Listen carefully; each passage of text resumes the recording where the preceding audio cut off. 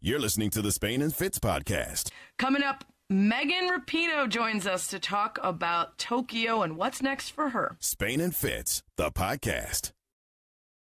Friend of the show, one of our all-time faves, a very busy lady, stopping by to recap Olympics, look ahead, and we got news of the day for her to get into. What perfect timing to have our friend Megan Rapinoe back on the show on the Goodyear Hotline. Megan, thanks for the time, first of all. Congratulations on the Olympics. I want to hear from you. Take us inside the room right before the bronze match, or should I say rose gold match, and what you guys were telling each other to get fired up and make sure you came home with a medal.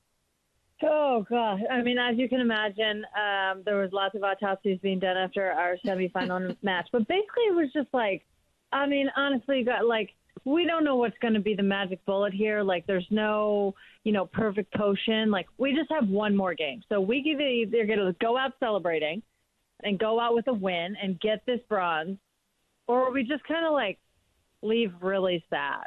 I think, honestly, that motivated people a lot. And, on a serious note, obviously, it's like you have, a medal on the line. You have something to play for, and not just pride. You have something to actually win in the Olympics.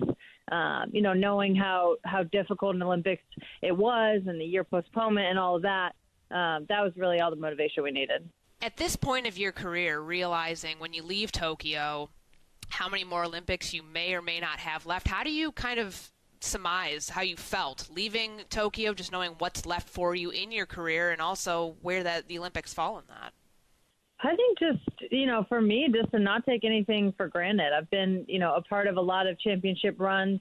A few of them have ended on top. A few of them haven't. But just realizing how special all of them are for a lot of different reasons. And, of course, you always want to win. That's always the goal. It's always better when you do win.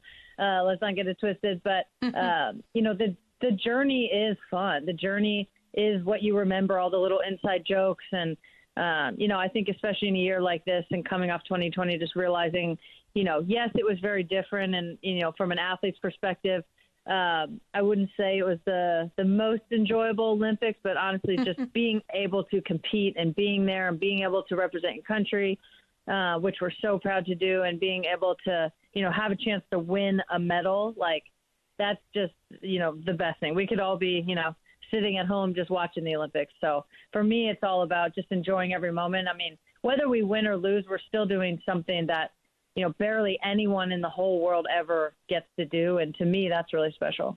Yeah, it's kind of remarkable how much we can see the Olympic dream in the people who will never touch a medal. But once we have these expectations that gold is the only thing, we forget what an incredible accomplishment it is to go to the Olympics, to win a medal, to win with your friends and get to do this for a living. It's really incredible. Megan Rapinoe is with us here on Spain and Fitz. Courtney Cronin filling in for Fitz tonight.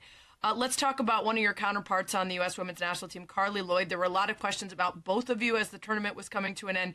She has announced her retirement. First, what stands out to you about her incredible career?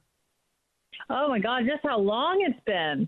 I feel like people just think oh, yeah, you play as long as you can, and that's amazing. You want to play forever. And it's like, no, it's actually really hard to do that. That's why there's so few athletes that, play to her age or play as long as she has. And, obviously with that, it's not just about staying healthy and, being able to physically be there, which is difficult in and of itself. It's about just continually growing and making sure that your game is evolving. And, for me, just the fact that she ended her career with, an incredible brace in a medal match at the Olympics just says it all. That's the person Carli is. She was productive forever. She has so many appearances. She has so many goals, so many memorable goals too. It's all good and well to score, 5 goals a game against, teams that don't really matter. But I think Aaron Heifetz, our, media relations guy, said that every medal match Carli played in, she scored a goal. And to me, that's greatness. Yeah, unbelievable. Showing up in the biggest moments, that's what you want from your best players. Carli Lloyd became the U.S. women's national team's all-time leading Olympic gold scorer and second most capped player in the Tokyo Olympics. And I remember watching after the loss to Canada, there was a moment where you're being interviewed, and I think you were asked about Carli, and you were kind of getting choked up on there, and she's in the background of this video running suicides. Is there any better way to kind of encapsulate her work ethic, what she's like on the field, and just what her career will mean to you when it's all said and done? Well, as we all know from her social media, she loves a good run. You won't catch me doing sprints like that after a game, but it really is. I mean, her whole, I think, ethos in her career is just leave it all out there. Leave no stone unturned. Don't have any regrets. She says it all the time, empty the tank. Like, that's what she's all about. Like I said, I mean, I personally don't like doing sprints like that. I'm going to empty the tank in other ways. But no, it's incredible. Just that's, you know, she has stuck to being who she was this entire time. And, you know, her whole philosophy, I think, has really driven her game so far and allowed herself to evolve over all these years. Yeah, the work ethic is undeniable for sure for Carli Lloyd. All right, let's talk Megan Rapinoe again. Megan Rapinoe is with us here on Spade and Fitz. That's the big news of the day, but of course, even though you're a couple years younger and you've got a whole different story to tell, it has everyone asking about your future, both NWSL and international play. So let's start with the first. When are you heading back to play with the Reign, and do you have your sights set on Paris and otherwise? Yeah, I'll be back with the Reign training this week. It was nice. We got a little bit of a break, went and saw some family and just chilled out in Seattle with Sue. So that was nice to, you know, not fully reset because I need like 2 months to reset, but just to get a little time was nice. So I'll be back in training this week and get myself back ready. Just in terms of like my whole career, I mean, I don't really know yet. I need to take a little time to think about it. You know, they always say like, oh, you'll know when you know, but you know, they don't, that's not really like that. Because you can kind of keep going and, you know, it's like, oh, yeah, you've accomplished so much. You'll be fine stepping away. But the conversation is always anguished in your mind, I feel like. Or people just don't think about it. There's a couple ways to go about it. So I've been thinking about it a lot. I'm open to suggestions. I feel like I should do like a public pros and cons. I'll bet who could get in there because there'll be a lot of people coming in and coming out of there. No. It's never with everyone. Yeah, going to be quite a few mute buttons on that. But maybe a public pro and con would be a helpful tool. In Spain and Fitz, Courtney Cronin filling in for Fitz tonight. We're talking to Megan Rapinoe, winner of Rose Gold in Tokyo, along with the U.S. women's national team. You know, I wanted to ask you about this recent conversation that's come up again in the NWSL, and it happened earlier in the season and maybe even another time in the middle. But Quinn, who's the first non-binary soccer player to win a medal at the Olympics, is on the OL Reign with you.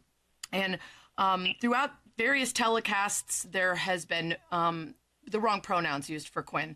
And I know that you are so eloquent and thoughtful on these issues, and you understand for some people it's a learning process, but at the same time, there should be such a dedication to the media representation and getting it right, whether that's stats and facts or something as important as somebody's identity.